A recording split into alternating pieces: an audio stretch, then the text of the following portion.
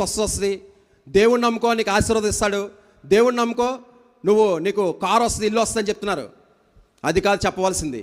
నిజమైన స్వార్థకుడి లక్షణం ఏంటంటే, నీ హృదయమైన ఇల్లు, నీ హృదయమైన ఇంట్లో కట్టుకున్నప్పుడు, దేవుణ్ణి నువ్వు అంగీకరించినప్పుడు, దేవుణ్ణి హృదయంలోకి వచ్చినప్పుడు, ఈ యొక్క స్వస్థత అయినా, ఈ యొక్క ఆశీర్వాదమైనా, ఈ యొక్క నిత్యజీవమైనా అది ఎప్పుడు వస్తుందంటే నీ హృదయంలోకి దేవుణ్ణి అంగీకరించినప్పుడు మాత్రమే ఇవన్నీ వస్తాయి. హల్లెలూయా. ఎక్కడో స్వస్థ వస్తాయని చెప్పి ఎక్కడికి వెళ్ళిపోక్కర్లేదు.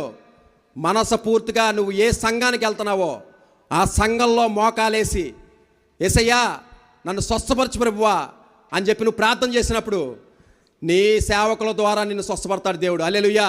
నువ్వు ఎక్కడికో పరిగెత్తక్కర్లేదు. నీ మందిరంలో నీ హృదయపూర్వకంగా నువ్వు ఆరాధించినప్పుడు, నీ హృదయపూర్వకంగా నువ్వు దేవుణ్ణి అడిగినప్పుడు అనేకమైన కార్యాలు చేస్తారు. ఎందుకంటే నా తల్లి